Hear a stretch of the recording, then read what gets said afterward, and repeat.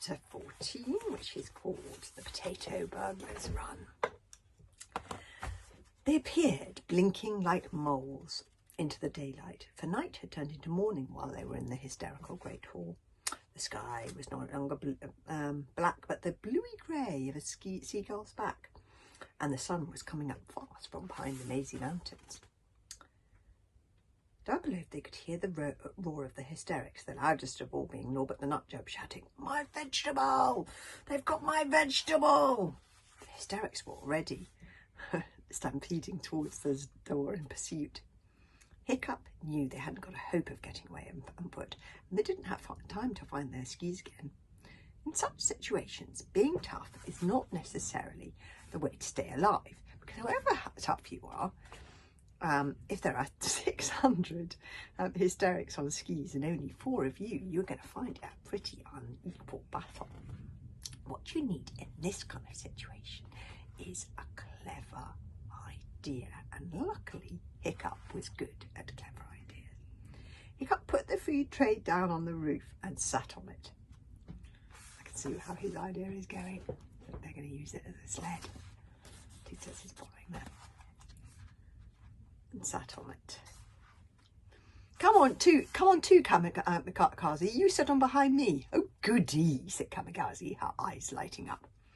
The roof of the great hall hung slightly over the village walls. From there, a steep slope ran all the way down to the harbour. So when the hysterics poured out of the door of the great hall in a shouting, angry river, they had an excellent view of Kamikaze and Hiccup tobogganing down the roof and sailing over the walls of the village on one of their silver food trays. Screamed Hiccup and Kamikaze as they soared through the air. By some miracle they landed the right way up on the slope below. And then the lightning descent began. Take it from me, there is nothing on earth that moves faster than 2 children going down a practically vertical slope on a highly polished silver food tray. Hiccup had sledged before, but never on a hill so steep that it was practically a cliff.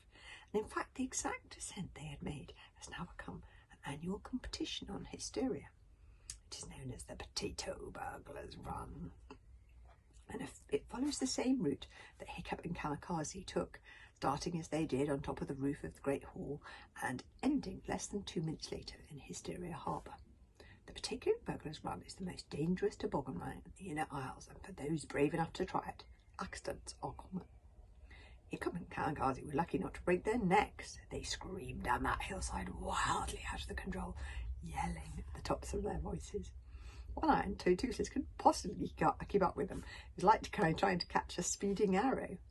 When they hit the ice of the harbour 2 bottom-bruising, hair-raising, eye-popping minutes later, they were going so fast that they wildly overshot the sleigh they had left there, and the hopeful Puffin patiently waiting for their return. They scrambled off the food tray and raced towards the sleigh. One Eye came soaring down, and they hurriedly hitched him up and set him going at a brisk trot towards the harbour exit. "Oh my goodness," panted Kamikaze, looking back up at the hysterical village where the Great Hall was now a gigantic bonfire. "Those hysterics are going to be so cross." "Congratulations," growled One Eye at Hiccup as he pulled them rapidly forward. "You are the first human I have ever met who uses his head, not just his muscles." "If he really use his brain," complained Toothless, catching up and collapsing exhausted on the seat of the sleigh. "We're not here in the first place." In that very same instant, over the brow of the hill came the hysterics.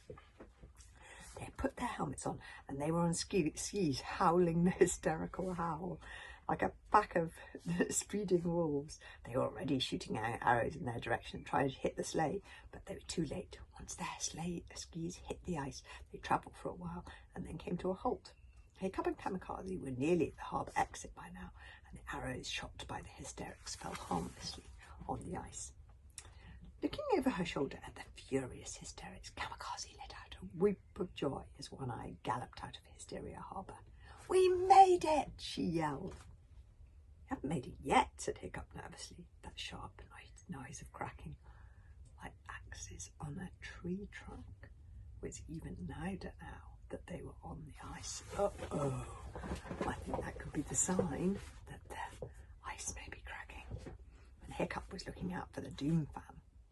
Here's the vegetable, said Kamikaze, handing Hiccup the frozen potato with the arrow stuck in it. And this other thing I found in the casket. I'm sorry, I shouldn't have taken it as well, but once you start burgling, it's difficult to stop. Hiccup took the potato and the other thing and stuffed them in his breast pocket, not really concentrating, for the great shadow of the Doomfang had appeared under the boat and was following him under the ice.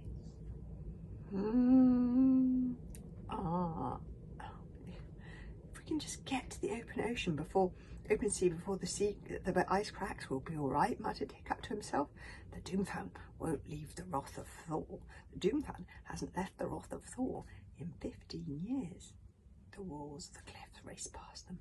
On either side, the Doomfang, dark and terrible, stretching out forever, swam slowly beneath them, and they reached the edge of the sea, open sea, without the ice cracking. You see, grinned Kamikaze, we did it. Why do I have a feeling that she might not be right? I don't know. I know I wrote it, but yeah. Okay, chapter 15 is called They Might Just Make It Now. Okay, that's tomorrow.